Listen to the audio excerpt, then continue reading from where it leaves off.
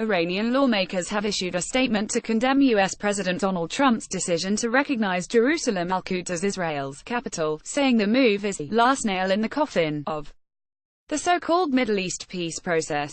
Jerusalem al-Quds is the first qibla, the direction toward which Muslims pray, and the sacred mother of the entire Muslim Ummah, read the statement signed by 235 MPs on Tuesday. It came days after Trump declared that Washington was recognizing Jerusalem al-Quds as the capital of Israel and instructed his administration to begin the process of moving the American embassy from Tel Aviv to the occupied ancient city. The Iranian lawmakers described the move by the businessman-turned-president as proof of the lack of identity and the fake nature of the Zionist regime, which needs to turn to a so-called big power to designate Jerusalem al-Quds as its capital forcefully and regardless of Palestinian aspirations.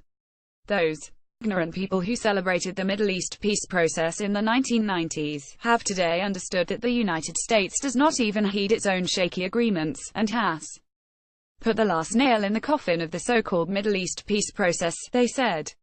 The MPs also warned the US and the Zionist regime that the Islamic Ummah will not remain tight-lipped in the face of Trump's criminal move.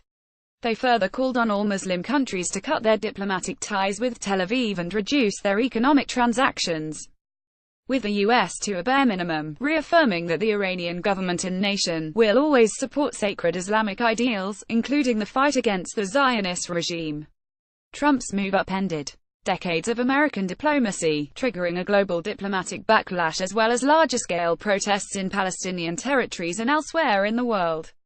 Jerusalem al-Quds remains at the core of the Israeli-Palestinian conflict, with Palestinians hoping for the eastern part of the city to eventually become the capital of their independent state.